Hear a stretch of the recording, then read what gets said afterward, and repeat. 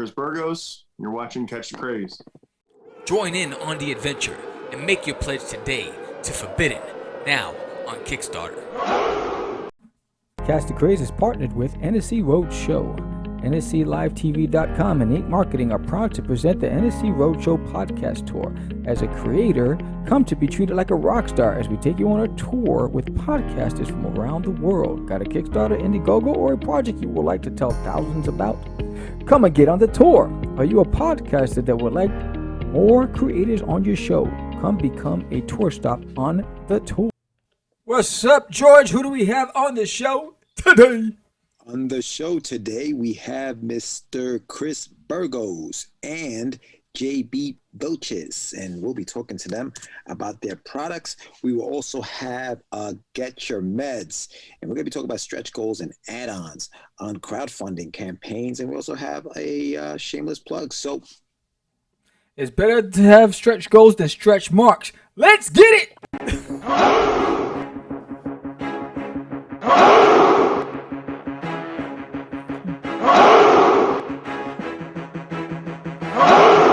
We are the only show for independents all around, giving you a platform to spread your word all over town. Catch the Craze is the place to promote to your fans with the dream of Medina and Sam the Crazy Man. Subscribe to our show and never miss an episode. It's time to get your meds, listen to us on the go. Updated every week, we never miss a day. Join the squad, come on in. It's time to catch the craze. If you are an independent, catch the craze. Making moves on your own, catch the craze. On your grind in the streets, catch the craze. Join the movement, catch the craze.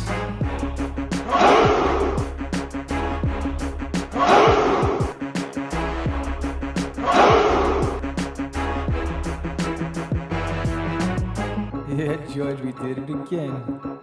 Come on now. You know you want to do it. Catch the Craze.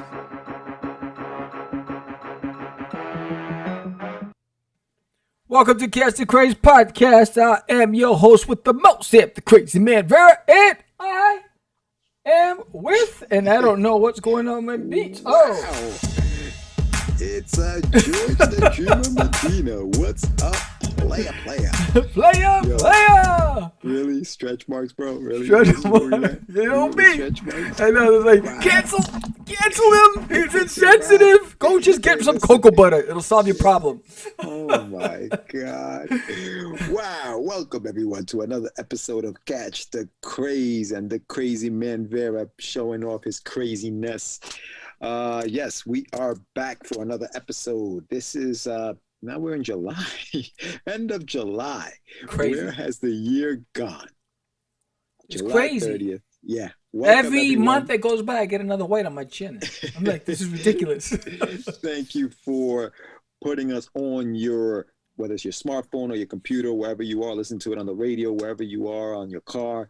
Thank you for listening. Thank you for watching. We are back for another episode. So make sure, if you haven't yet, tell a friend, subscribe, hit the like button, hit the, write a comment, tell us you like it, tell us you hate it, whatever. I don't care. Say whatever you want, but say it. So definitely, man. So what's going on with you, Sam? What are you doing? What's going on today? What's going on in July? That's the $1 million question. It's like, what's going on in we are too July? far ahead for our own good. I know. We're over here wearing hoodies. It got a little chilly today.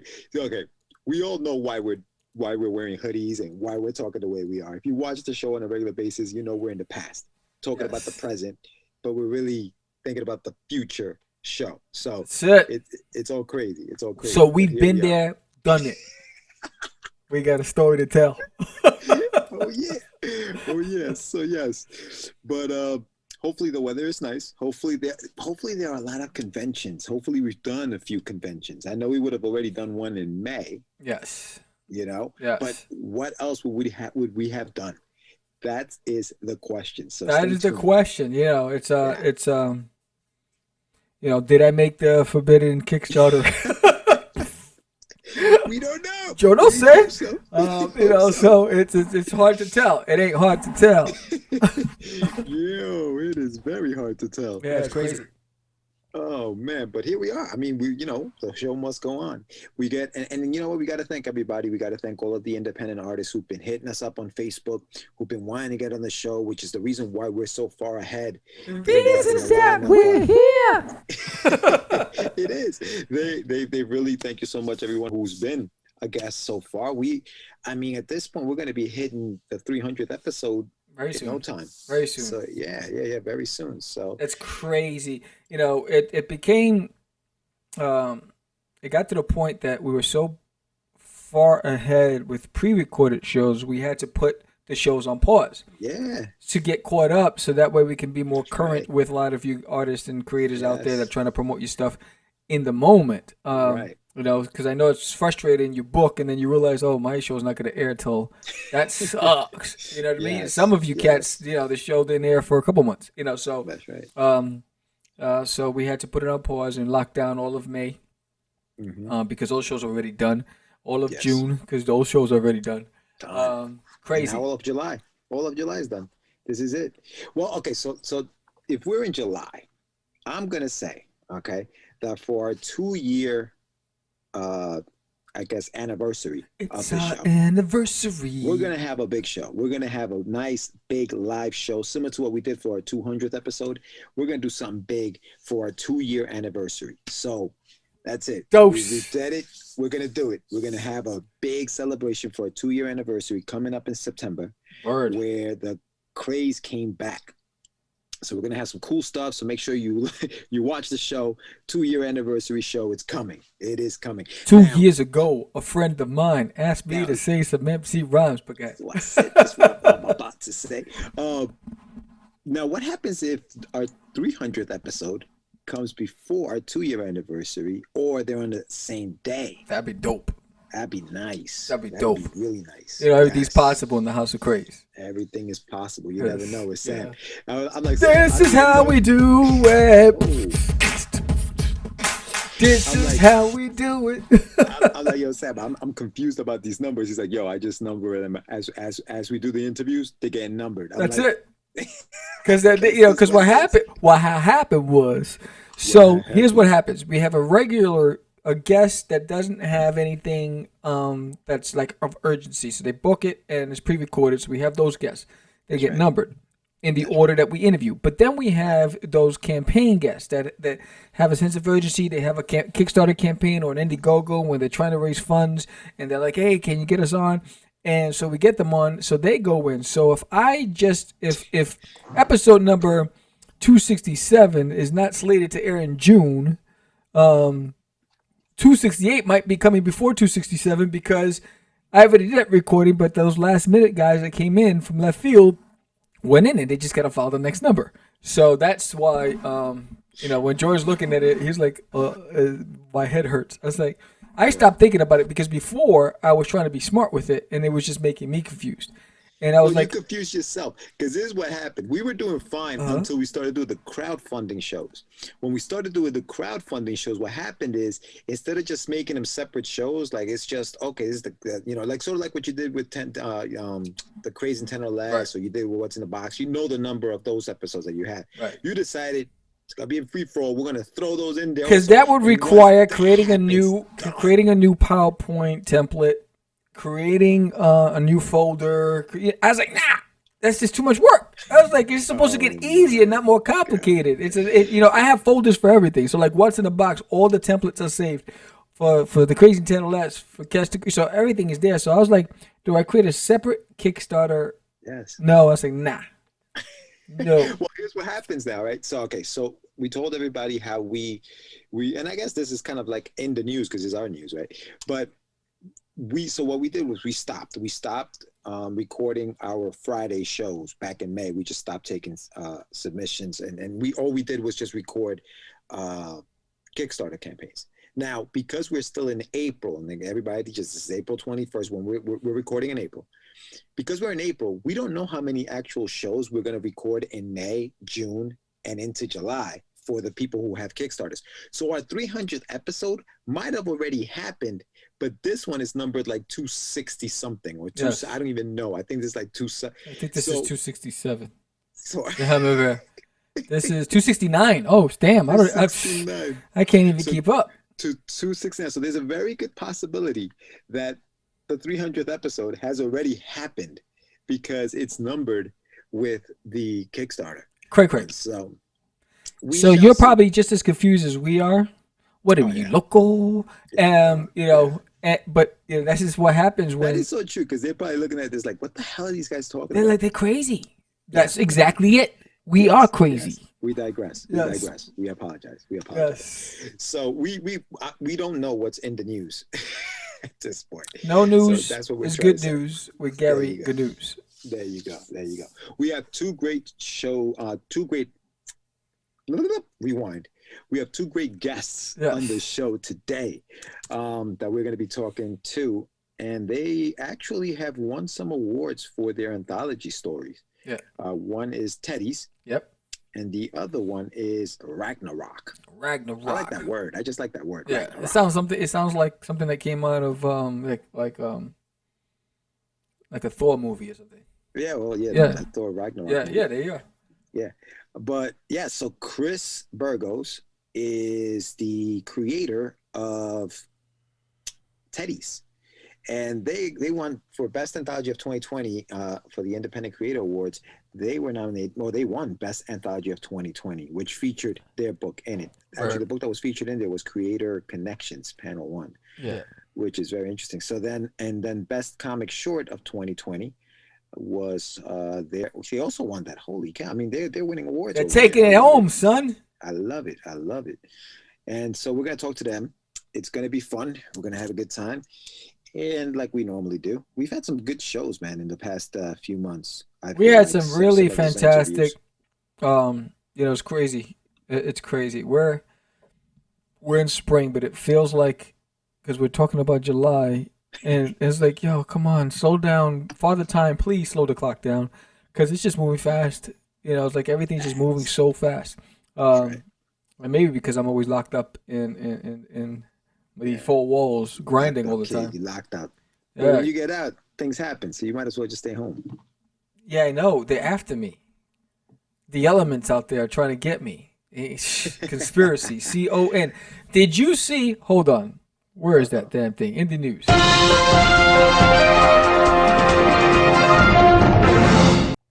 In other news, the Pentagon releases footage of these triangular-shaped unidentified flying objects over their military fleet.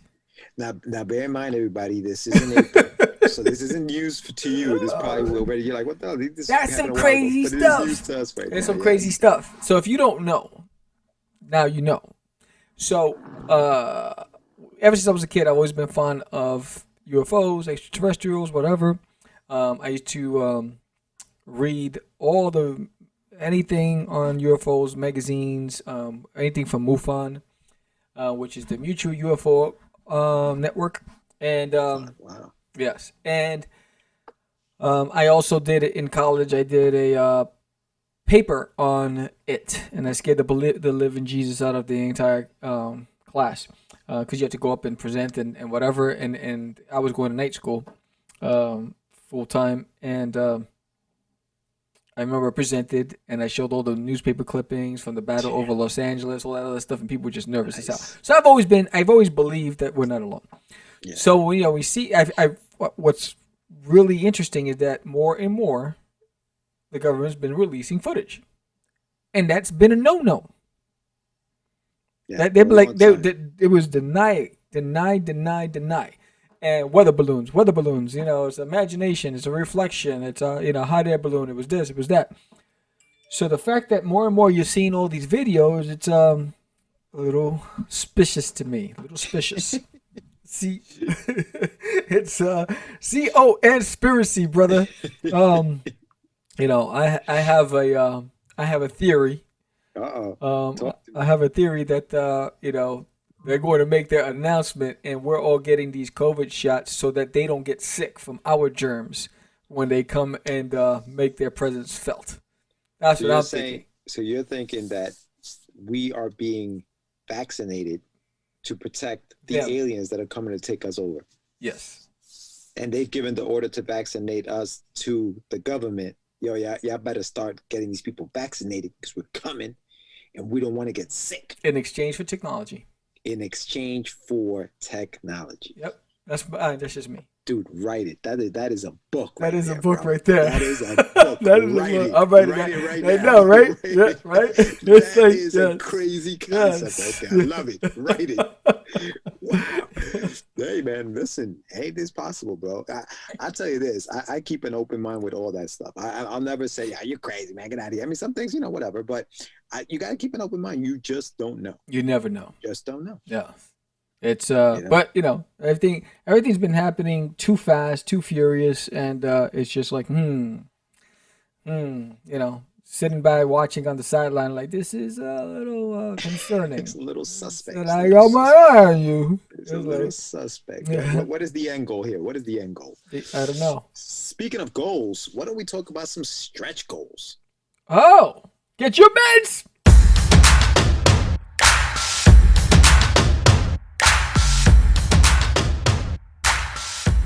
It's time for your medicine.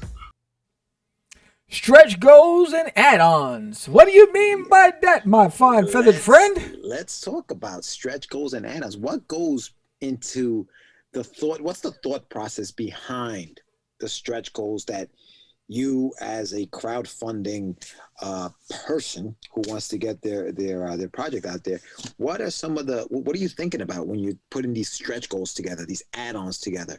Is it money? Is it how much is it going to cost me to put it out there? Is it what's the people going to like? What is it? What goes into it? So you figured let's chat. Let's chat about it. Let's talk about it. Let's chat about it. Yeah. So I think what we learned is we all want to make stretch goals, right? Because it allows us to be that much more nimble when we're producing content. But I think sometimes people don't factor in that every time you add something, there's a cost factor to it. So you really have to consider what it is that you're adding to that stretch level, right? And so every time you're going to print something, there's a cost. Anytime you're going to do something that's beyond paper, it's going to cost. Because you see people doing cups and they're doing poker chips and they're doing pins and all that other stuff. So you want to make certain that stretch goal, because if you're going to, hypothetical, if you're saying physical backers, all physical backers, and your physical backing starts at $15, right? So that means they're getting a physical book. Yeah. So you're saying all physical backers will get every stretch goal on top of what you're getting. Mm-hmm. So you have to. So if you have, let's say your goal was $1,000 and your first stretch goal is $1,500, and that stretch goal you're doing, say a chip. That's gonna cost you about $300, $350 to produce that chip. You just blew that wad, because if you have that based on how many people back that they're just the $15 level, that's not absorbing that cost. Right? So you got to think about the cost it's going to do for production. And anytime you're doing anything that's a physical item, it's going to require proofs, molds, right? You pay for the molds, you pay for, all that stuff. So when you got to consider those things when you're doing it. And so I think the best, when you don't have name recognition, I think the best course of action is to do a lot of digital stuff. Because there's no cost-related factor to it other than emailing it and time to create it and illustrate it. But when you're doing physical, always think about the cost to produce it, whether it needs a mold, all that stuff, the cost to have it shipped to you, then to ship it out with the other stuff, the weight goes up. So anything over a pound becomes priority. And I think you can do a standard shipping fee for, I believe it's like $14 or $13 or $14, whatever. But and you have a weight limit of up to 40 pounds, I think it is. So you could do a standard, one for $15. But you have to consider all those things, or you're gonna get into red. Right. So here's and for everybody who's watching who has no idea what the heck a stretch goal is, let me just break that down for you. It's not a stretch mark. Fast.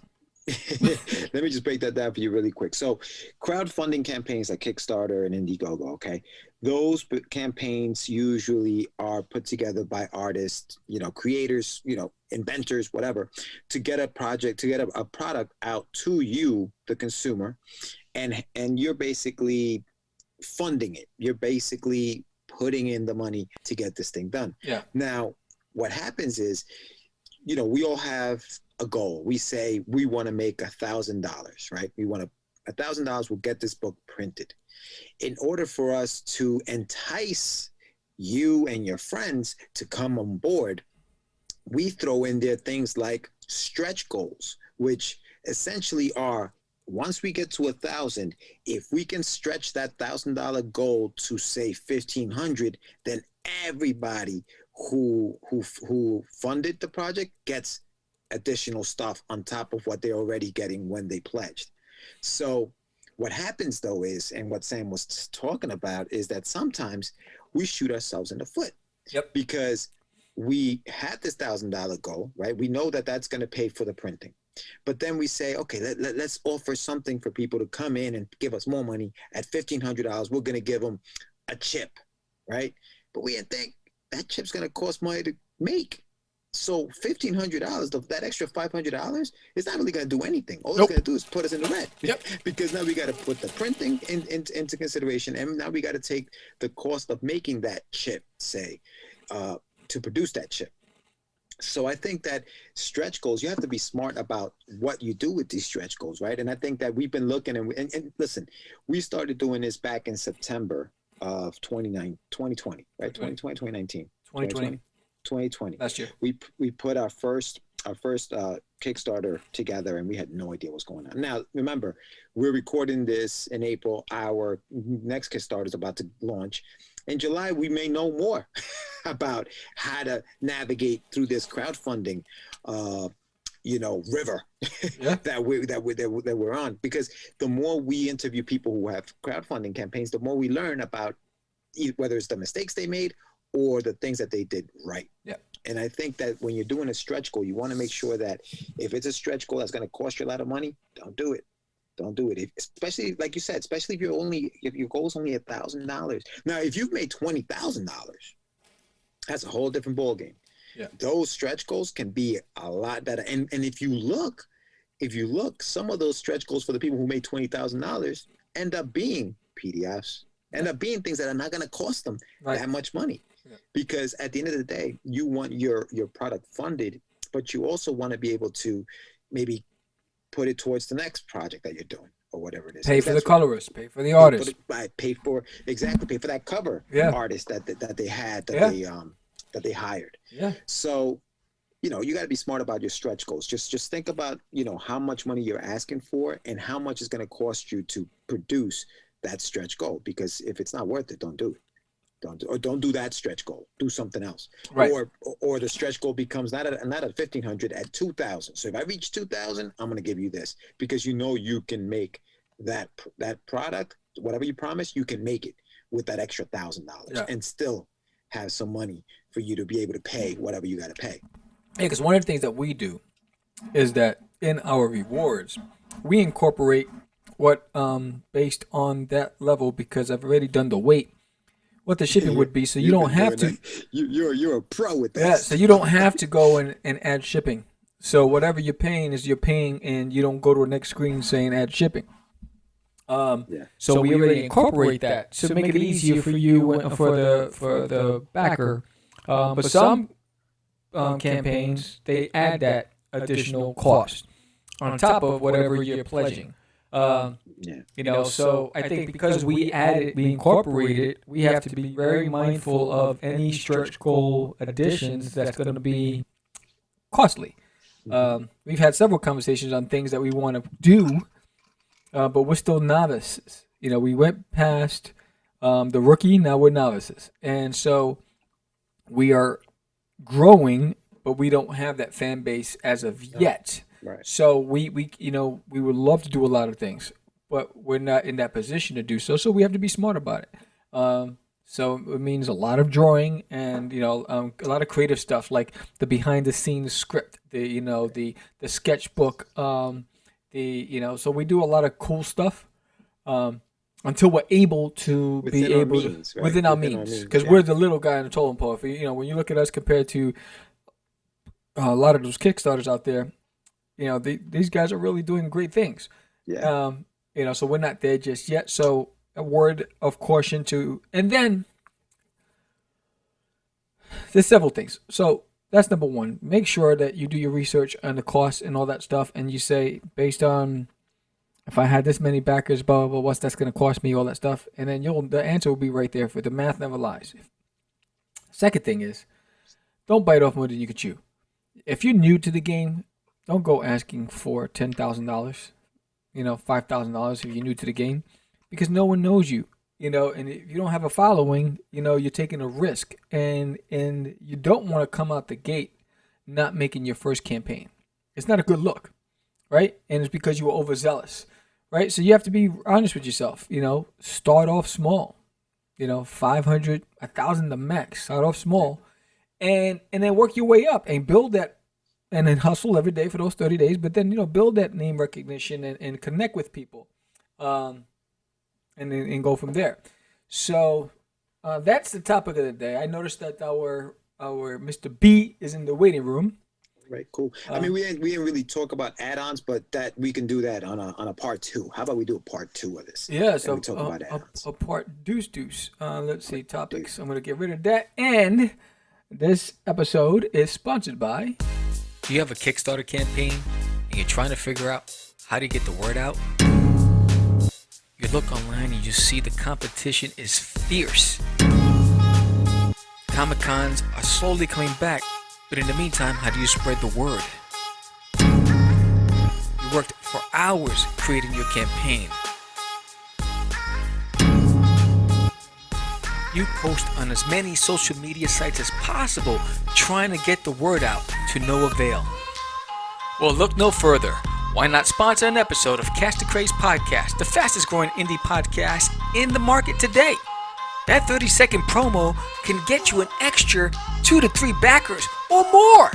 Who knows? Let's go. Hit the link below and get one step closer to a successful campaign. What's up? Hey, how's it going? How's it going? What's going on, Chris? How you doing, man? Good to meet you. I'm okay. Nice to meet you guys. Same here. So is it just you tonight?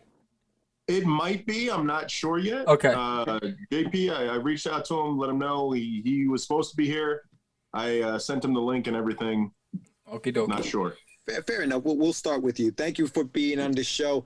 This is Kris Burgos, everybody, and we're going to be talking to you about a lot of things, man. We have some really cool stuff to talk about. We were looking through your bio and stuff like that, checking it out. But congratulations on winning those awards for your book.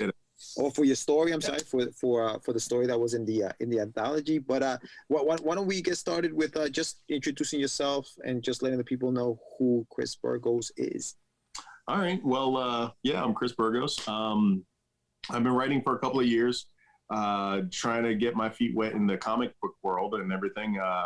And last year during the pandemic, times were hard. I got let go from my job and everything. And the wife basically just gave me the push and said, "Hey, let's do this." And so, dude, yeah. You scared me, Chris. I'm sorry to interrupt. When you said the wife gave me the, I was like, no, Chris, no. No. I was like, so yeah. So she pushed you to she gave me a motivational push. Yes. Okay. Good. There you go. But yeah, she basically said, this is something you want to do.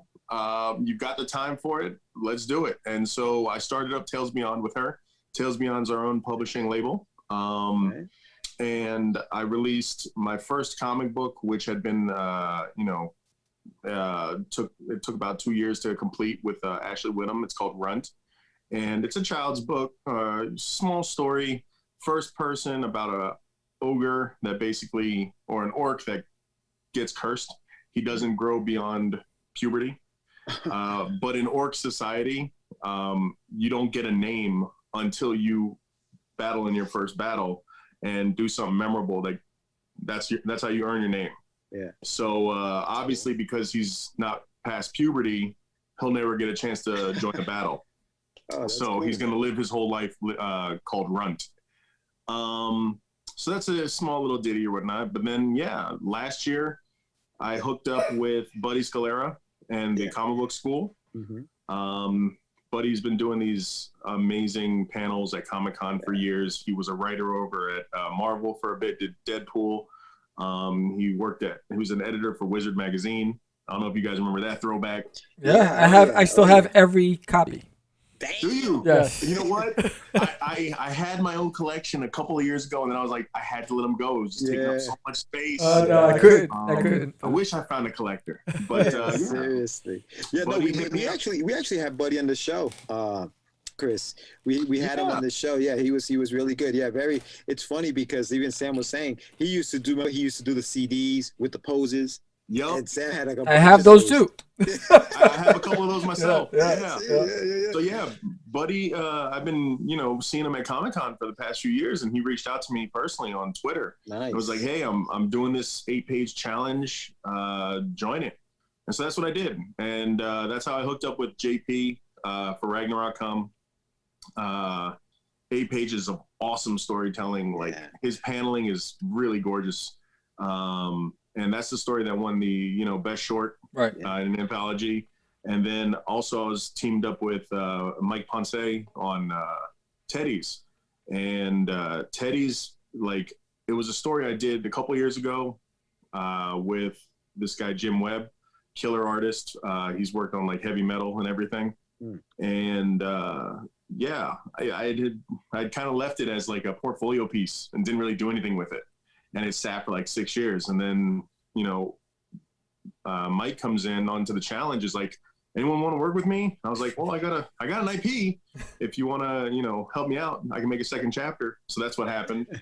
But yeah, that's pretty much how that all happened. And now we're part of this amazing anthology that, won Best Anthology last year with the Independent Creator Awards. Yeah. And I owe Buddy a lot. The editors, D. Alley, A.A. Rubin, those guys were awesome, helping me out, plan everything and, get my story across and all. Along with my artists, those guys kicked ass. So yeah, man. Nice. No, that's awesome. That is awesome. So before we continue and start moving forward, let's go back a little bit. So I know you were a martial artist. So let's talk about your early childhood. When did you start in martial arts? What was it that got you into it? All right. I'm an 80s baby. I was raised on Jackie Chan. My dad's from the Bronx, you know how it goes. Yes. But yeah, like I started real early. I got into Taekwondo down in Virginia with my sister. I started when I was about, I want to say like 8, 9-ish. And then I did like a trial session or whatnot. Got my sister to come in for the second trial session. The two of us basically took off, and a couple of years later we're higher belts, and then we had like a buddy day or whatnot, and then brought my parents into classes. So even my parents got up to like brown belt and stuff. Nice. It was like a family activity. It was awesome. That's cool. Yeah, so we did Taekwondo. My instructor is pretty cool. Arlene Limas. She was a Olympic gold medalist for the U.S. team. Nice. Yeah, back before Taekwondo became an official sport, it was one of the demo sports. Yeah. Because the Olympics were in Seoul, Korea. Yeah. And this was in '88. So she was my instructor, and she was one of those people that's like, she could, she could do no wrong in my eyes. That's awesome.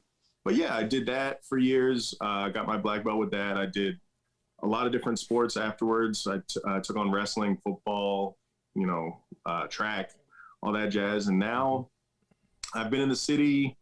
I think I've been in the city about, I'm 36 now. Okay.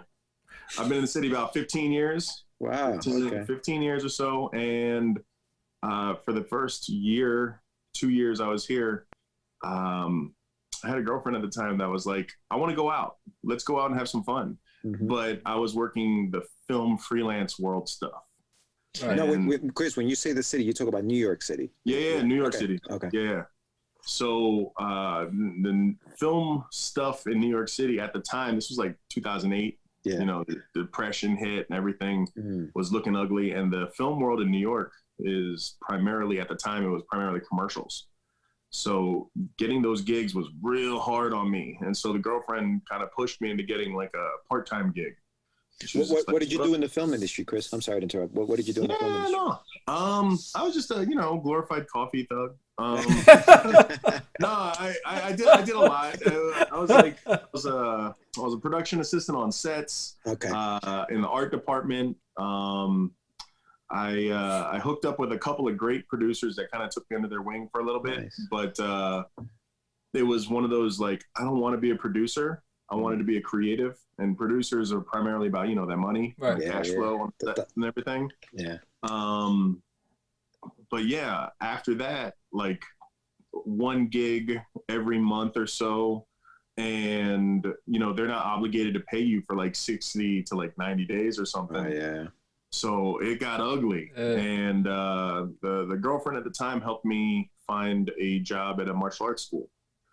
And that started off as a weekend gig, then turned into, now I've been there 14 years. I'm teaching kids 3 up to, I've got a kid that's 83. Oh, that's awesome, dude. Yeah, and that's what I've been doing past 14 years now.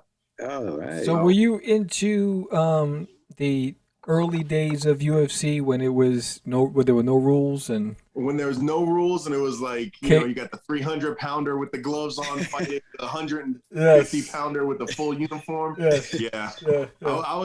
I remember watching all that stuff when it was first popping off and being like, yo, this is insane. There's nothing like boxing. Nothing. So yeah, it was good stuff. I've fallen off as far as watching MMA and all that. Right. Yeah. I watch, the big fights. Right. And, sure. Yeah. They're also getting very expensive to watch. Oh my God. Yeah. They're getting very expensive. Yeah, so I watched the highlights on YouTube. Yeah. That's right. Because I used to be addicted to it when it was on FX.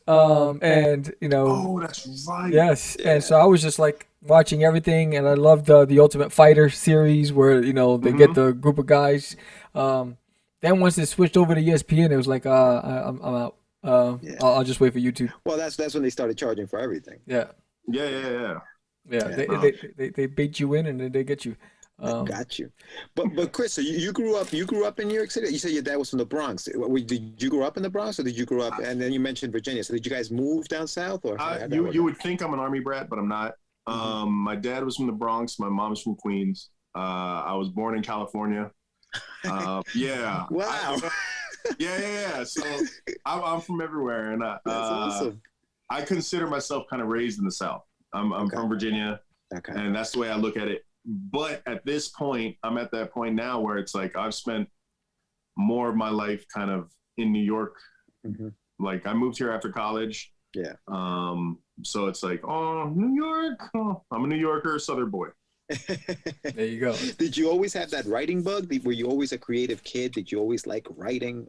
You know what? I loved writing. And when it comes to like comics and all that stuff, I love doing it now. And it was something that kind of like clicked for me over the years because, you're in high school, you don't know what the hell you're going to do in college, unless, you're one of those 6 people that did know what to do. But, my dad was basically like, so what are you going to school for? I was like, I don't know. You just said get into a school. So I was always a gamer. Always a video game nerd. I loved my Spider-Man. I loved my X-Men. You couldn't get me to walk away from those 2 franchises while reading them as I was growing up. And my dad said to me, at the time, Metal Gear Solid had just finished coming out. All these games are becoming more cinematic and everything. So my dad said, why don't you look into making video games? I was like, oh, okay. Well, how do I do that? Well, games are becoming more like movies. Why don't you learn how to write for games? And we were like, all right, so how does that work? And then this is before all the game degrees started coming out. I went to film school. So I went to film school up in Syracuse. And like 2 years in was when they had the massive explosion of game degrees left and right. And I'm like, whatever, I'll just stick with what I got. And yeah, while I was there, I specialized in writing and directing. And after that, it's like, this is what I do kind of in my free time when I'm not playing video games still. Yeah. That's awesome. Do you approach writing comics the way you would approach a film? Do you look at it through like a director's eye when you're writing your Very story? much so. Yeah. Yeah, very much so. It's like the cool thing about like watching like anything motion media, like video, television, film, and all that stuff, is you can come up with a great concept and everything, but you still gotta find a way to put it on camera. And unless you're a killer animator, that's going to cost a whole lot of money. Yeah. So I have no problem thinking big. So if you want Marvel, if you want to hook me up with the next Avengers gig, but it's like it's one of those things where I go to my writing and I approach it like, okay, what would look the coolest and cost the most money? And usually I've been told I've got a very good visual eye as far as my storytelling goes. For the most part, a lot of my artists have said, yo, you lead the art for us a little bit. And I'm like, that's good, right? That's cool. They're like, yeah. So, yeah. And then I've got some people that have told me that like, why didn't you learn how to draw? I'm like, because I can't. So yeah, and that's the way I look at it. So yeah. So what was the first thing you wrote? First thing I wrote, oh God, we're not talking about my childhood writing, right? First thing I wrote a film script. I want to say like 10 plus years ago or so, that basically made me say, that was so much fun, I'm gonna do it again. And the film script, I can't remember the title of it right now, but from there I developed Teddies. And Teddies was actually Teddies was a film concept that I turned into a TV concept that led to it being a comic book. And like I've got a whole like season planned out if it were to ever get picked up or whatnot. Which, speaking of, I actually just got an email earlier today from a producer friend of the family who worked on Ray Donovan. Oh, nice. Nice. Yeah, and he was basically like, yo, this is awesome. Dude. And I was like, did you see the pitch book? Kris, that's amazing, man. Yeah, no, I'm like, it's really good that I've got some form of validation that's not, Sure. friends or family. Right. Yeah. And so from there, the first comic I ever wrote was Teddies, and then followed up by Runt. There was a big gap in the years in between. But now, I mean, I've got Ragnarok has just come out. I'm actually going to release not necessarily an extended edition, but like a more elaborate edition that's outside of the anthology. I don't know if you guys saw, but Teddies actually did get released in full color, the full issue. I've got chapters 1 and 2. What was in the anthology was just chapter 2. Okay. So I actually just released that on my website a week ago. It's been seeing some decent sales. And I've got another 2 comics in the works right now. One of my artists is trying to give me some work for this upcoming anthology. It's based on a film script that I wrote many moons ago as well. And another secret project, not so secret. It's one of the things I like to do is I like to find artists from all over the world. And that's actually one of the things that Tales Beyond does is we try to grab a lot of different, multicultural talent. I know you can't really tell, I'm very quite pasty, but I'm half Hispanic. I'm half Puerto Rican, and my wife's Mexican. And when we started up Tales Beyond, we wanted to basically reach out to all the people that are not typical for the industry. Right. That's awesome, dude. That is awesome. So, yeah, like Mike Ponce is Hispanic. He's down in Florida. JP's Mexican, right? JP's from Mexico. Yeah, he's from Mexico City. Mauri is the guy that's working on Wizards right now. He's also in Mexico. The guy I just signed for my newest comic, part of the Corrupted series, he's in the Philippines. So we're doing our best to, find those nice hidden gems all over the world. Yeah, it's amazing because I feel like the internet has really made the world so much smaller, right? Yes. Because everybody's just at a click away. Yeah. Boom, just reach out to them. We were working with Sam's got a book called Forbidden. He's working with a colorist from Brazil. Like I have a couple of books that I worked with, like artists in the Philippines, and there's a lot of talent all over the world. Oh my God, it's awesome. The internet is like the greatest thing to ever happen to this industry specifically. Yes. Like hands down, because, without Facebook or Instagram or something like that, it's like, okay, how do I find people? Yeah. But now that stuff's out there, people are showing off their work everywhere. Social media is like big.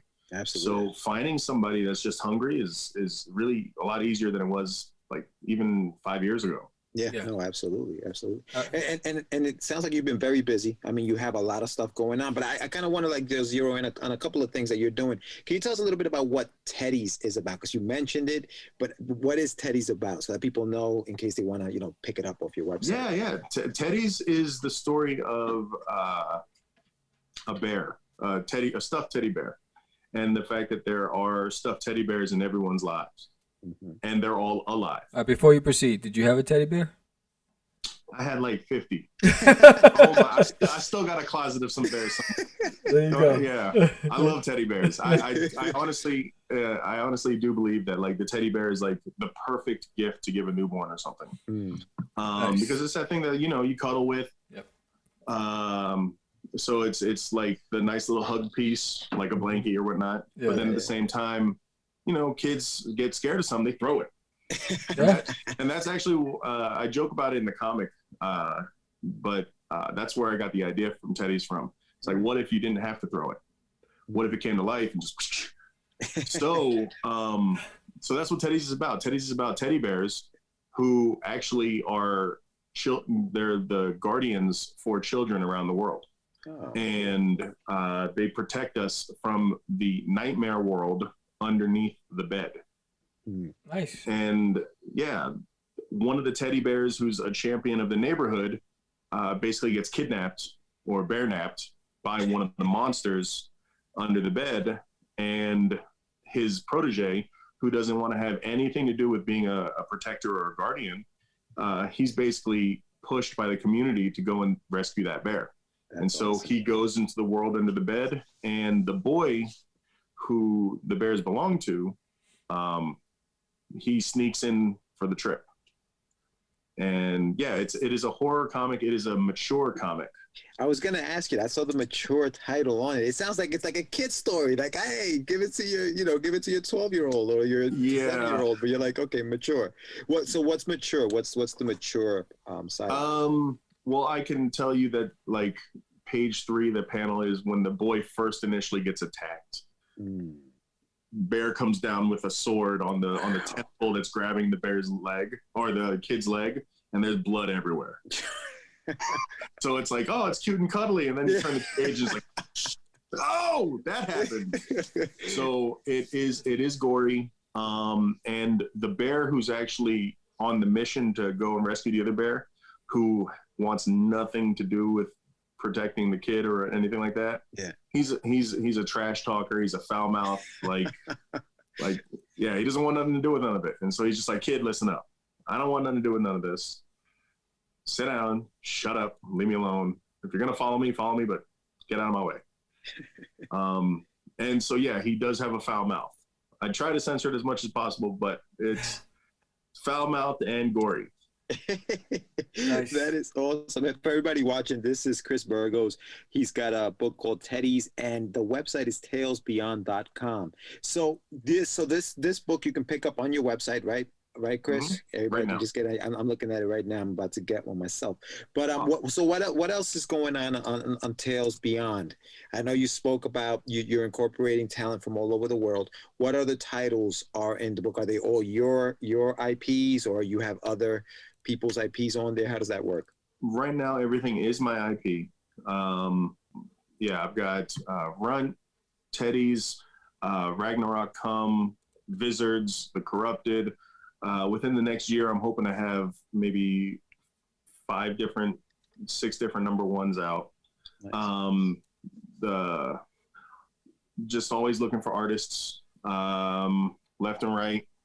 And other than that, I'm just trying to keep these things going. I'm hoping that people will pick them up. I'm hoping that people buy them, give me the opportunity to get more artists, and continue these stories. Yeah. So you mentioned Ragnarok. Tell us about that. Ragnarok is it's a fun story where for those that know anything about or don't know anything about like Norse mythology, I'm a big religion nut. I love everything. When I was in school, one of the things I wanted to do was, become a theology minor, just to get a feel for what the hell people are fighting over. It's like, why are these arguments going on? Why are people like, fighting for centuries over like plots of land and claiming it to be religion and everything. And so religion really fascinates me. And Ragnarok is the end of the world in Norse mythology. And it's basically the time when Odin and all of the gods in Valhalla take all of the deceased, warriors that have made their way to Valhalla. They basically say, all right, we're leaving. We're going to go to Earth and fight any monster that shows up. And then at the end of it, at the end of this massive battle, the world of snake is going to basically eat the whole world. And Ragnarok is the story of humans on Earth at the time of Viking Age, when Ragnarok shows up and the monsters and the gods start flooding the Earth, and they're just in the middle. And so the story that's in the anthology that won, best story, best short comic, it's the story of a single soldier who basically has been sent into a town with a squad of other soldiers, trying to find out what the status of the town is, because it's been completely overrun by monsters that have been fighting and clashing with each other. His whole team's been wiped out. He's got a couple of hours to get out of the town before the town is firebombed by armies waiting in the forest nearby. And on his way out of the village, he stumbles upon a lone survivor, a young girl. So, yeah. Nice. Hey, you left me hanging, Kris. I was like, and what happened? He's like, that's it. Drop the mic. I'm out. Yeah. I'm done. Now, good stuff, brother. Good stuff. I'm on your website. I see you have a couple of other projects that are coming out. One of them in August. It's The Corrupted. And then you also have something coming out, which you mentioned, Wizards, coming out in the winter. Now, just so you know, this episode will air in July. So we'll be very close to the release of The Corrupted. Can you tell us what The Corrupted is about? The Corrupted is that other script that I mentioned to you guys that I wrote, the film script. This one is about I'm trying to give this to you in the easiest way possible, because there's so much mythology I built behind it that it's like I don't know how I ever turned it into a movie. It is meant for like TV or like for comics easily because it's so big, but the Catholic Church has found something in the desert, and they don't know what it is, but they've sent a crew to go find out what it is. And at the archaeological dig, basically the head of the dig, something happens to him. He's infected with something, and so they pull in another expert. He kind of gets help from outside forces to find out what could be possibly down there. And what they find in the desert is a evil that has been unspoken of since the Middle Ages. And it's all about, like, can't be spoken. Like, it's a hidden secret that's been that way for, I want to say, the past 1,000 years. Yeah. The history behind the secret has even been erased. So no one knows what the heck is in this hole, but they know something's down there, and it's enough to corrupt and destroy the entire planet. That's awesome, brother. And is that a one shot, or is that going to be like an ongoing series? Or how do you see your story? That's going to be an ongoing series. The first series takes place modern day. Mm-hmm. The second series takes place in I'm going to be kind of releasing it in seasons. Okay. So season 2 would be around 1090 AD, and the next one would be like 1300 AD. And the fourth season takes place about 5 years from the first season's ending. Wow. So now you talk about seasons. Now, can we talk about episodes? How many episodes per season? I'm looking at making each about 5-6 episodes. Okay. So that's cool. 5-6 shots per season or whatnot, just to make sure it's got a full, it's something that, in my opinion, can't really be told in one shot. Yeah, unless that one shot was really thick. Yeah. Now you do it this way with the intention of potentially pitching it. Yes. Yeah. This is also another idea that I had that I do have a full pitch book for. Right. For both film and television, because like I said, I did write it first as a television series, as a film, it's a movie, and then I converted it into a television series. And doing that made me take this idea that I had and just expand on it. And then once I realized I could expand on it, that's when I said, "Oh snap! This would be amazing as a comic." Right. And so that's what pretty much made me look into drawing it as in this format. Yeah. And yeah. No, that's awesome, bro. And big shout out to your artist whose name is Simply Roy, ROI. Yeah. I see some of the stuff on your website, and his artwork looks really phenomenal, dude. Like just that one shot of Dr. David Michaels looks freaking amazing. Yeah. He's a key artist. Yeah. I'm just waiting to get some layouts from him, and some rough pencils and stuff right now. But I'm like drooling. This guy's art is awesome. He's got a book that he does himself called Ophir. Mm-hmm. And it's a really killer looking book. So yeah. Sweet. Yeah, nice. No, Kris, your stuff looks great, man. Thanks. Appreciate it. So, quick question off that topic, but you mentioned that you're a big X-Men and Spider-Man fan. Were you a fan of the early 90s animated series X-Men? I love that cartoon. Yeah. That cartoon was awesome. The best. And yeah, man, that was one of those cartoons that like it could do no wrong. Yes. It's like, oh, they fit who in this episode? Yes. The only time that cartoon ever did everyone dirty, and I don't know if you guys remember this, but the first, I think 3 weeks it was released on Fox, right? It was a Fox Saturday morning cartoon, Right. And for 3 weeks they aired the same episode because the rest of the show just wasn't ready yet. I don't remember that. Wow. Talk about building up anticipation. Damn. Yo, that was one of the most traumatic experiences of my life. Dirty. Yo, Night of the Sentinels. It's like, what are you gonna do? You're gonna make me wait through it? Everything about it, from the soundtrack, the music that they used, everything about that series. I remember when I used to go to work on Sundays. They used to play it, and so I remember I would go to work. I'd get there early, go upstairs because we had an employee lounge, and they'd have the television. I go and just put on the X-Men before I started work, and I sit there, have my breakfast every Sundays. It was awesome. That is awesome. That's it. Yeah, man. Oh man, that's awesome. So, any plans for events this year for you? You know what? Nothing right now. I mean, because of COVID and everything, you never know what's going to be open or whatnot. Right. Yeah. I went to San Diego Comic-Con for the first time 2 years ago when it was open. And I said to myself, if I ever get a table, I would love to work this event. Yeah. But that doesn't look like it's in the cards this year. I mean, I know that they pushed their event back to like November. Right. November, yeah. But a lot of like, I just finished a podcast earlier this weekend that they were all like, I'm never going to do another con on a holiday ever again in my life. I'm like, really? Why is that? He's like, well, cost $40 to basically set up my table, and I didn't even make that back. Yeah.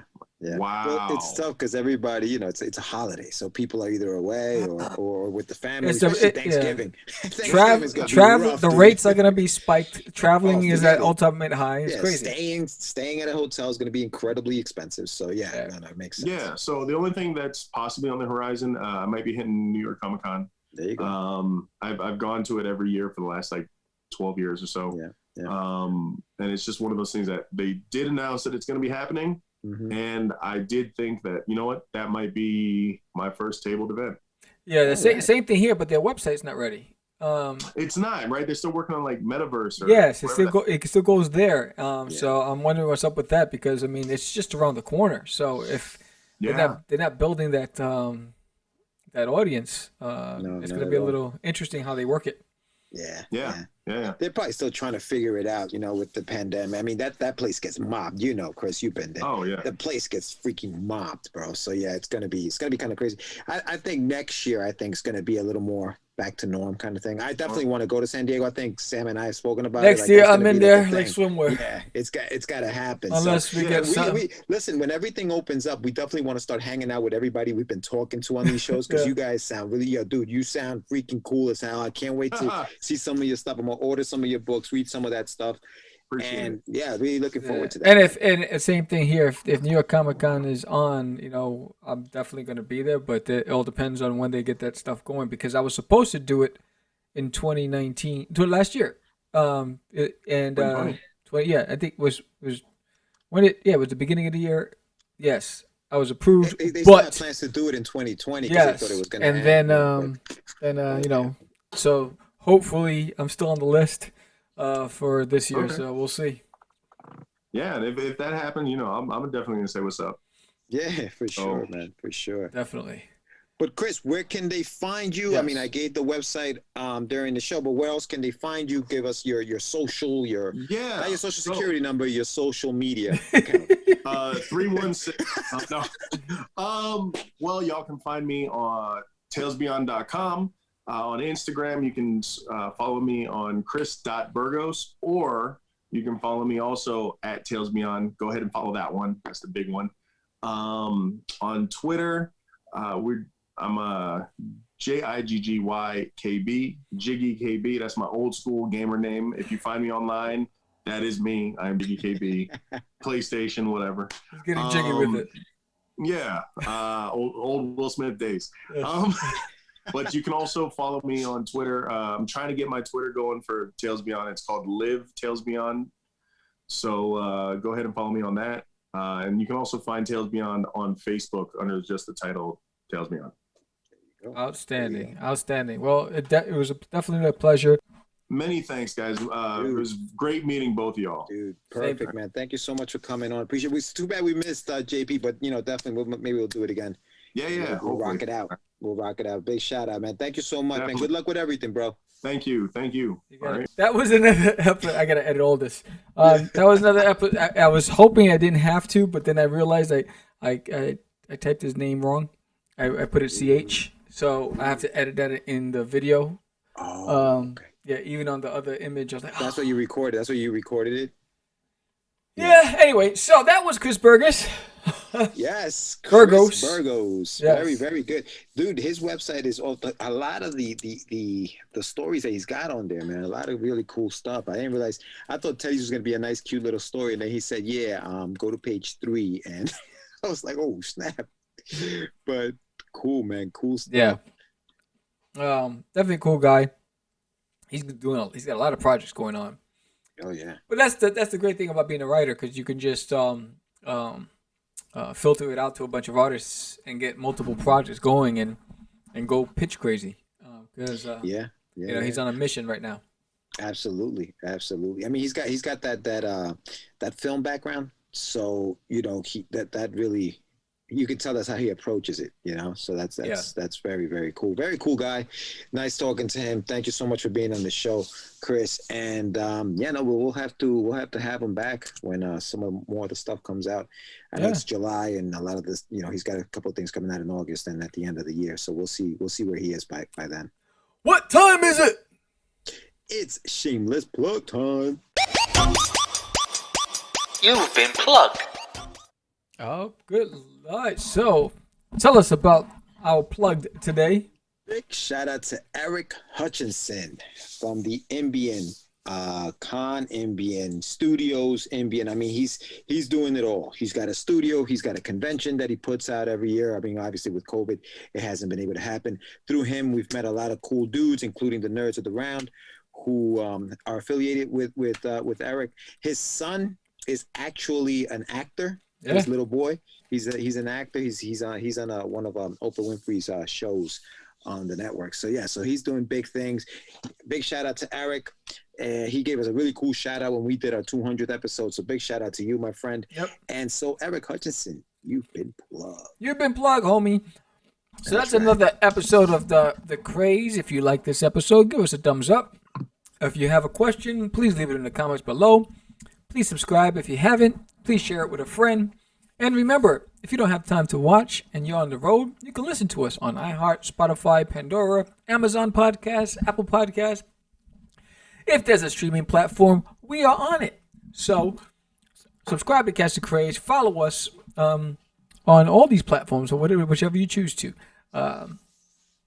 And that's it for me. How about you, buddy? That's it. That's all we got. Yes. That's all we got. Thank you so much for watching. I'm Sam, the Tune Crazy in Man next Vera. week.